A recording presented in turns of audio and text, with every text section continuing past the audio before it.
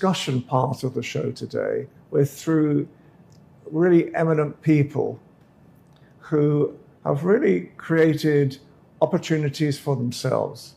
I personally feel now that young people need to create their own business structures for the future. Do not be reliant on businesses to give them jobs instead. So welcome to the three of you this afternoon. Can you please introduce yourselves and also just give a brief introduction about what you do? Yeah, thank you so much, Ian, for having me, and Michelle and you. My name is Faruk. I'm a fashion designer. I do sustainable fashion. It means we use like discarded materials at House of Aristocrat to create new form of clothing, redesign them.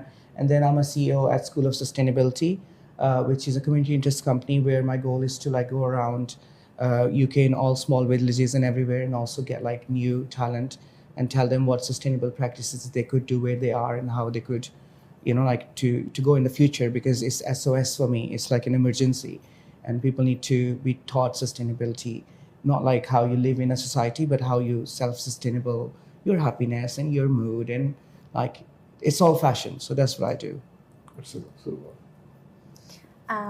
Well, I am Michelle Villalobos. I am a creative director and CEO of Unique Models.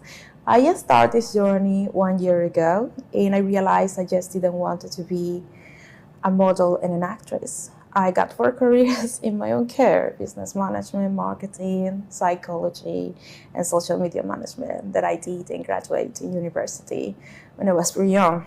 Yeah, I know. It's a superpower as a neurodiverse, but I made it. Been linking with really important people in the society, trying to help other companies and other businesses as well to link with mine and be able to create an empire. At the same time, being able to help other creatives to develop their self and generate work with everybody around. I'm only 29, and yes, it's possible. Nothing is impossible. The thing is that we live in a society that everybody have their own mentality set, and they think that having a normal work like 9 to 5 is more than enough. But actually, it's not enough, knowing the world that we are living right now, because the money that we're earning is not even enough to be able to save. And what it was possible, like 30, 40 years ago, buying a house, buying a car, getting all these and have savings, be able to have holidays, enjoying the time with your family. Now it's almost impossible if you actually don't develop your own businesses and grow. So that's why I took the decision to do this. Excellent. And Henryson. Right. My name is Henryson Balogun. I've got a title, but it's best not to talk about it. I was invited by the lovely Michelle, and I know Faruk for a very long time in regards to fashion events that we normally partake in. And I've known Ian through one of my colleagues called Rebecca, who's been quite diligent in regards to what she's been doing. I've spanned from being a computer programmer all the way through art, fashion. I now do distribution for Universal Records. I do a lot of shows in regards to publishing articles for different magazines. I've got my own magazine. And I've watched how people have grown from the times of doing a 9 to 5 job, moving into the COVID period where everybody stayed at home doing work from home, and people are trying to find out their footings as to how they can move things forward. Things have been very difficult for the young ones. I've been ill for a very long time, so I kind of had a preview as to how things would happen when things are not available for you. So you most of the time work from home. I've been doing it for a long time. Now I've been listening to the both of them, and I've watched their development and their growth in regards to how they've gone to. They were just discussing about things before the show started, about how seasonal. Some people always talk about volumes of how many people are working for you. No, it doesn't work that way anymore. They tend to work on a seasonal basis, as Ian diligently knows how things move out. And I do distribution right now. I've got bases, I've got facilitators, or let's put it this way, I work in the global space itself, and I facilitate. I've got people working in Venezuela, in Sweden, Denmark. I speak the language quite well over there. I do it over here in the UK, and I've been going around on my own instead of actually waiting for people to give me the feedback as to what is happening on global space. I go in and view and see how things are worked out. She invited me to come here to support whatever she's doing, and I said I would do it. I was fast asleep, wasn't I? Yes, correct. Decided to come around and see what I could do. Even I'm very excited. No, that's fine. That's it. So, but basically, really, what we're talking about today is, my fear is that there's not going to be jobs for young people in the future, where they're just going to walk into a job. Now, when I was very lucky. When I was 16, I managed to get an apprenticeship for a local newspaper. 60 years on, I celebrated my 60th anniversary as a journalist on the 4th of July this year as well. So I think my whole career was down to luck, if I really have more than anything, but a lot of hard work attached to it at the same time. So I'd like to get your opinions, each one of you, on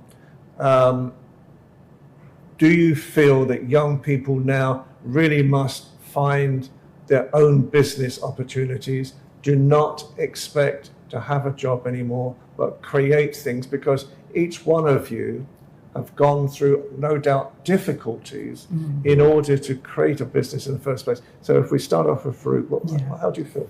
Yeah, I think your theory is right, and I think you are one of the rare journalists which we have now. You know, the one who started with a newspaper, and they've seen like how published media changed into like digital media, and now I think it's all just like we can't really recognize what is media and what is just like, honestly, and like anybody can pretend to do that, right?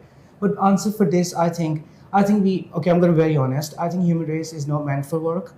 Like, I don't think we should be like driving the buses for other people or cooking food for other people, doing dishes for other people, cleaning the roads. I don't think we were meant to do that.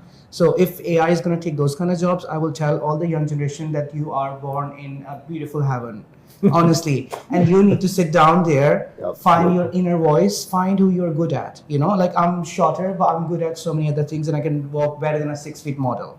That's my confidence, right? And nobody gave it to me. And I think I generated by myself, by so much rejection. Yeah, so rejection is going to be part of that. But I think you're not going to be rejected on a job in McDonald's anymore. That's, I will guarantee you. So what you're going to do then is the next topic is going to be like, what are you good at? So do you think then the essence for how you've created success for yourself is the passion for what you wanted to do anyway? So that the essence of any good business should be what you're passionate about. Yes, it's like, it's the inner voice. And okay, when you're in love, I just read this paper last night. It says when you're in love and you meet your lover, your frontal cortex stop working. And I was a dentist before, so I understand those things. And I think when I'm in fashion, my frontal cortex stop working. Yeah. I'm not joking. You know, I mean, it works somewhere else, maybe my pineal gland, you know, but I think it's not. I cannot think straight. I cannot be, I will be in conversation, but I'm not there because it's my passion is somewhere else. I'm thinking something else. And I think that drives me from every hardship, because I know there's going to be another design which is going to make me feel, oh, you know, you are a winner. But it doesn't happen every day. It's like in prophecies, in I think in art. So I think art would be the best answer for people. I would say express yourself. And Madonna says that find a new persona and create a new identity. So I think people should keep doing it till they find in one which is say, oh, this is me. And fashion really helps that. Like every time you put a clothes, it's like an armor, and you become that. You know, and the moment you take off, you realize, okay, I could put something else tomorrow and feel that way. So yeah, just have fun. So you're a chameleon in reality. Yes. Chameleon comedian. Right. Michelle. Yeah. Well, for me, I feel that when we talk about technology, it becomes my number one best friend. Why? Because I use it day to day. And as you know, society have developed new careers, like careers that didn't exist before. From, let's say, 2017 to nowadays, 2026. Content creation, number one. We are able to sell and manufacture big companies using social media. So what do we do in those cases? What do we need? We need AI tools to be able to moderate the videos, to be able to do editing, to be able to do all the graphic designs, add effects, make it attractive to you. So that's when technology comes through. Do you think, though, that in reality there's enough space for a lot of young people to actually have that opportunity. Yeah, 100%. Yeah, 100%. I think the university should start growing more the space of career, because nowadays you can earn money by making your own content creation. Yeah. By building. One thing, I think it's based on locality. Because I see Louis Vuitton, I see all these big names, Alexander McQueen and all that. Some of them are not even alive, rest in peace. I do love them and miss them, but I think their businesses are still running.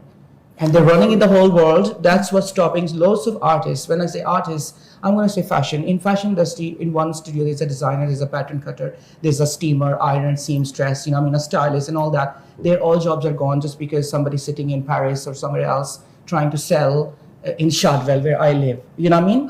I think it should be, if it's local based, like infection, if you have an infection, it only perform local inflammation and it's, manageable. So I think if you're a local artist, if you're a very good designer, your next two streets should be buying from you. I will tell you then, why can't you live off that business? You would be. In my case, I do expand my connections way beyond that. When it comes even to Louis Vuitton itself, I have met them. And yes, one of the things that I've been working on, I can't say much, is about that actually, content creation. You will see here in person, I'm not saying nothing. Okay. So Henryson, you've been obviously in business a long time, not as much as me. No. But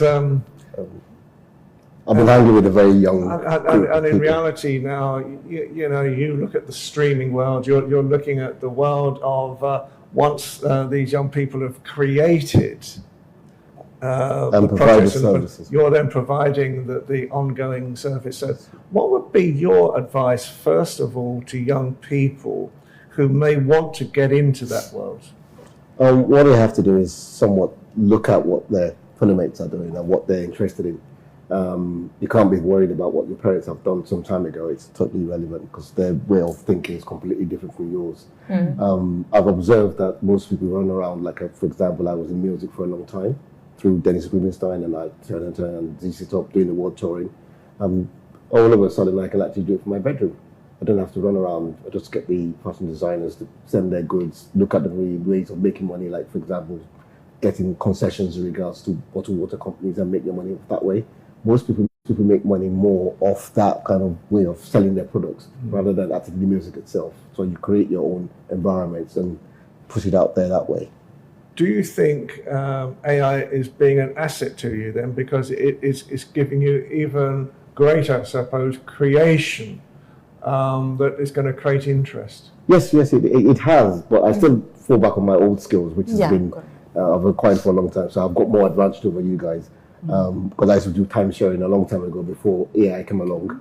And that was very good. I worked on the voice of my IP. You guys taught AI how to do AI. Yes. and I think the reality is, we actually remember the days before. I remember it very, very well. And I think young people look at us today, well, how on earth did you exist before AI ever existed? We did. No, we did. I question while coming here, without GPS, I would not be able to even find the station. That's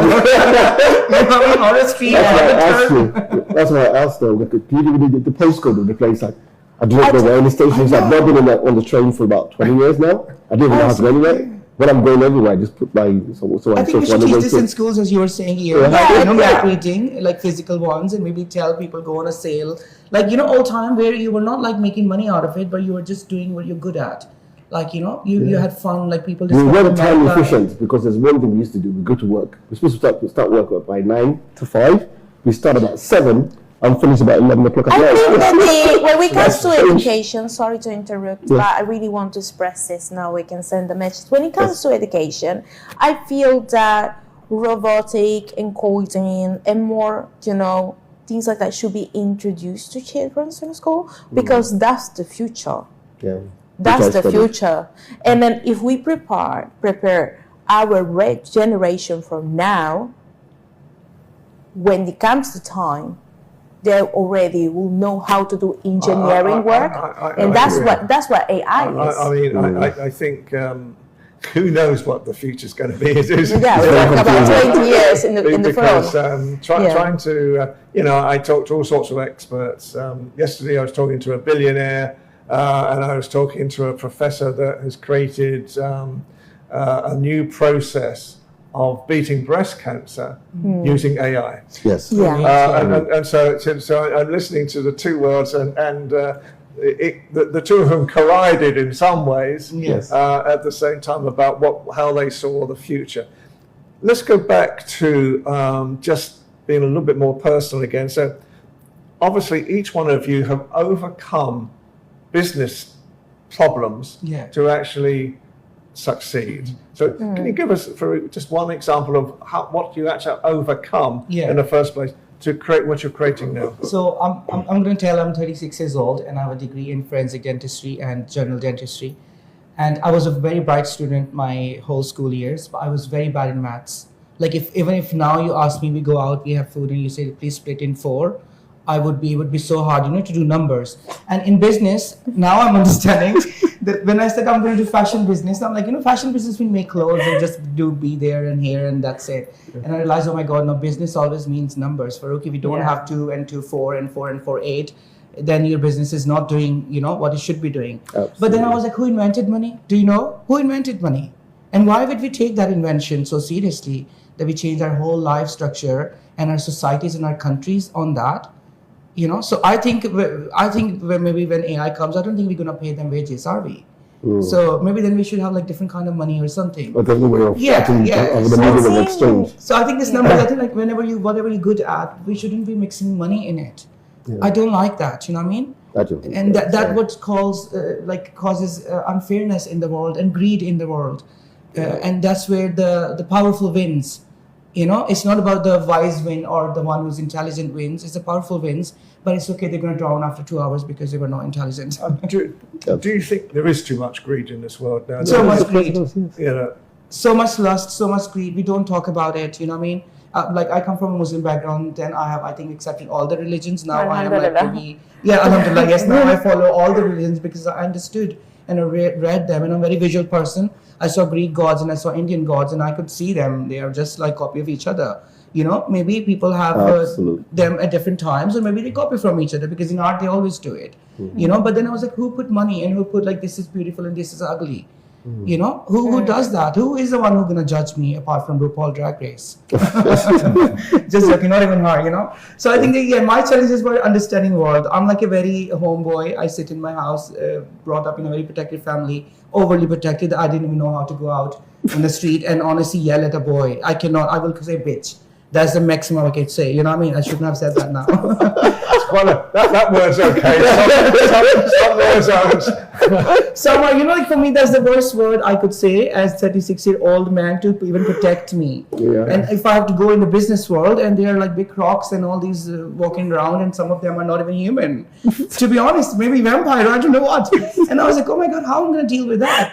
So I think the maths should be gone. I think the money should be gone and let people be people. Well, it's an interesting philosophy. I'm not sure that businesses might agree. But Michelle, what type of things did you overcome?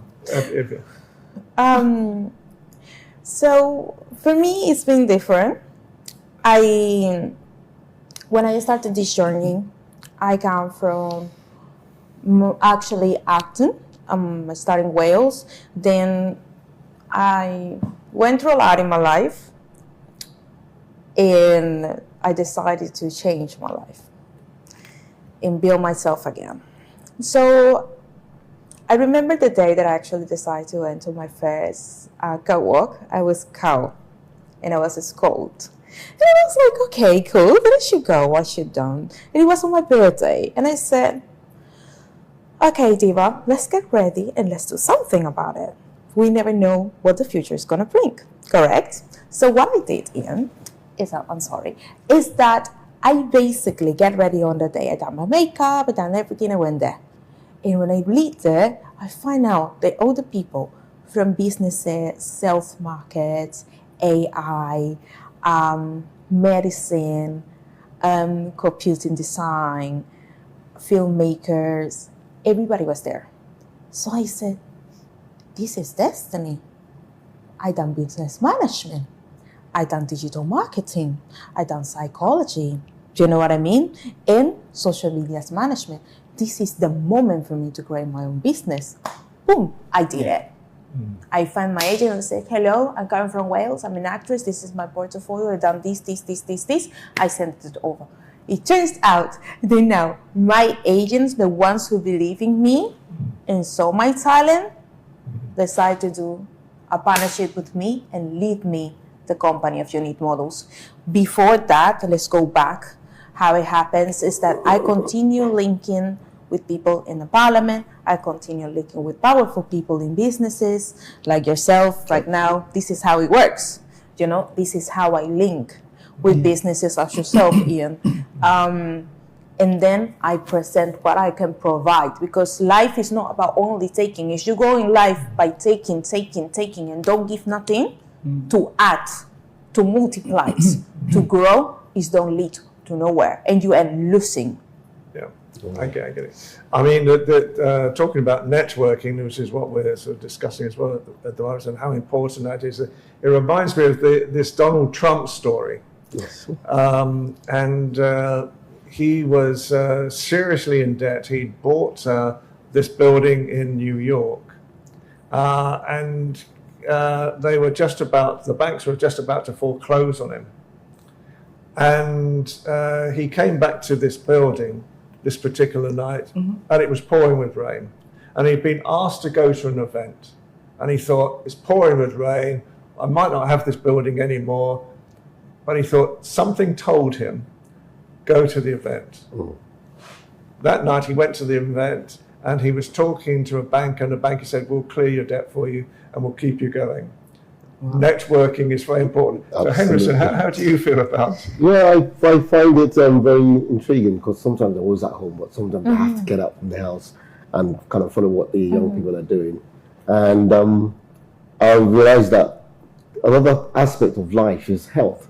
Yes, it's I true. do something called private health now, whereby I put an office in Harley Street, where I get people who've quite rich, extremely rich. I'm now buying exclusive But the same diseases as poor. More or less, yeah.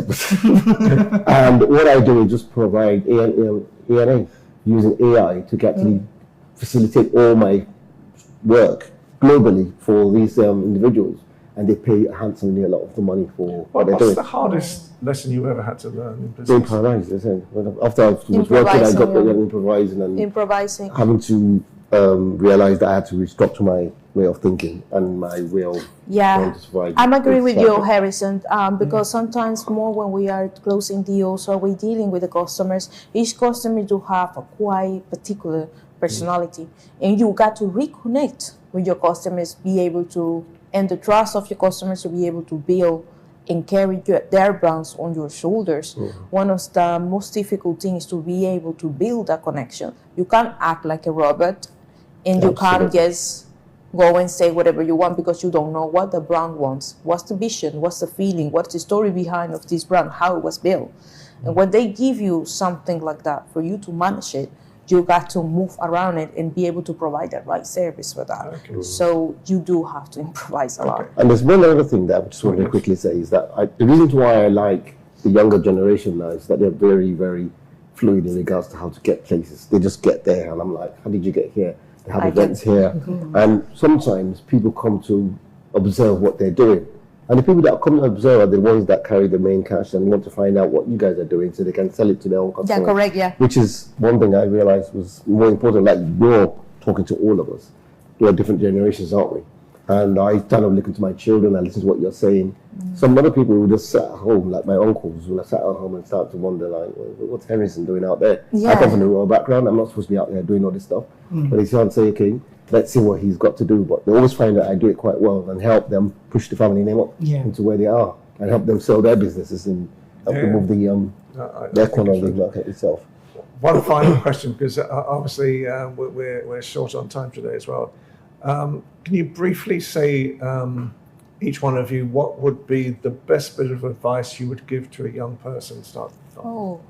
Okay. The answer is mindset. I think, there's so many attachments to words. I think, like lesson. We have made it very negative. We say either people are gifts or lessons.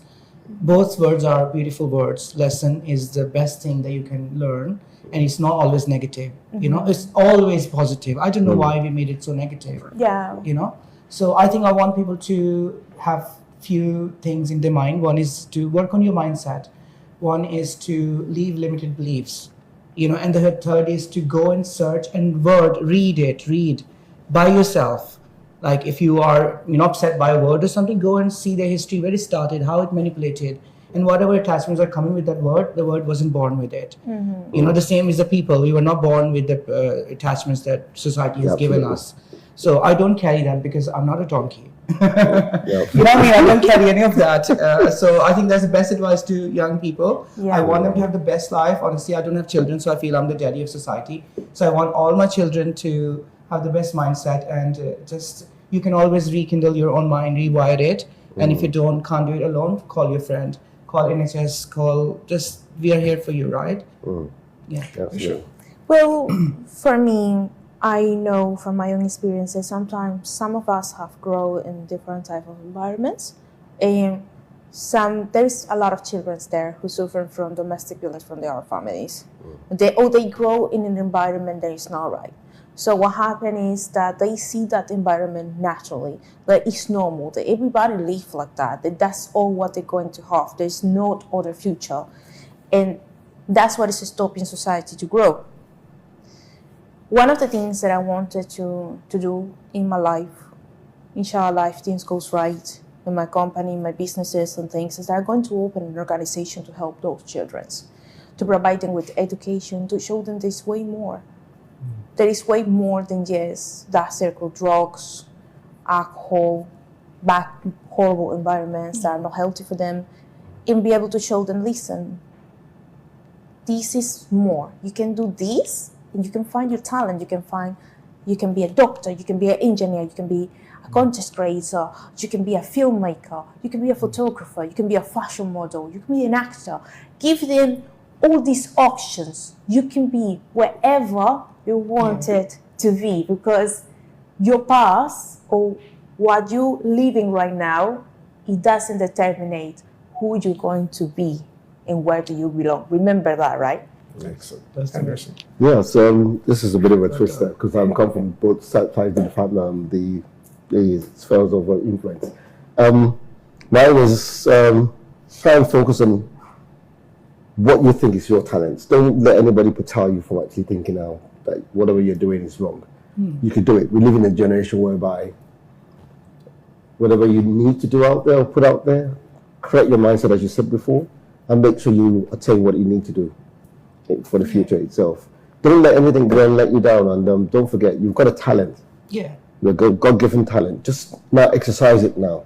It's like a football player, you know, when you go in to play the match and you know how much bullying is going on, management will be trying to put a team down. Like, there's so much more, but the only thing take the player through the match is their mindset. Absolutely. And when I was a surgeon, the only thing will take me through a surgery would be the mindset. Like, I will know that I'm going to take this tooth out and I'm doing it. Yes. You know what I mean? Like, there's no other way. A nurse cannot come and tell me you can't do it. I'll tell her, babe, not me. You're a nurse, okay? She's a surgeon. So the same way, you don't remember that you are you. Nobody else can tell you. Okay, so finally now, can each of you just say how can people get in contact with you, please? Yeah. So my Instagram is House of Aristocrats, and you guys can find me there. Or my number is 077-526-00760. Call me anytime. Yes, but it has to be about clothes, because sometimes I get like random calls and I'm like, no, I'm not selling. I only sell clothes, okay? I feel you. I'm sorry. Well, is you willing to change your life and get more into acting, modeling, and even for businesses as well, to get in touch.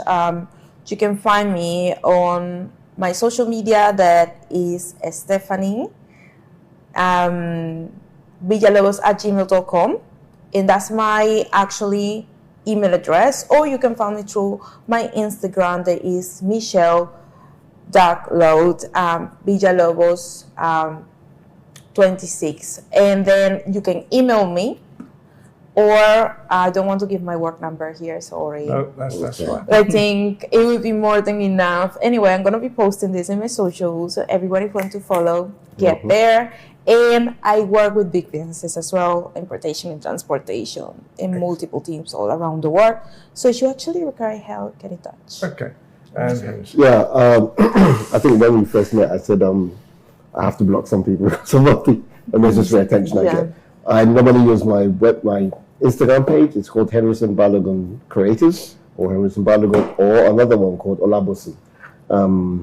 It's a Scandinavian, so focus on that. Contact me if you want any advice as to get things out there. Try to make money off what we're trying to do. That's why I came to meet her for a private interview or private meeting, but I decided to participate in everybody's business. And it's nice to meet everybody here too.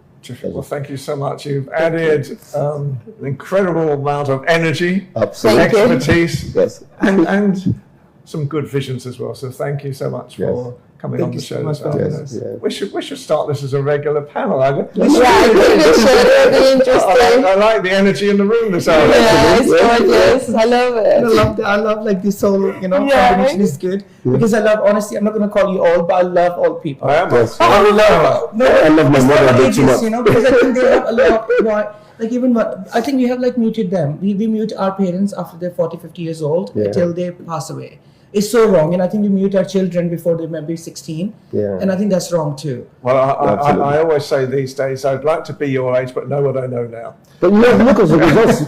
Everything he deals with us, doesn't he? I love, there's so much wisdom and so much, you know what I mean? Like, it's a whole different portal. Anyway, I'm guys, agree. we have to I'm wrap agree. up the show, thank you so much. Absolutely. So can I thank all the guests who have come on today. What we've tried to do today is just give you an insight into the problems that young people, I feel, will face over the next few years. Yes. Obviously, the Royal Stories End is a very important part of the show as well.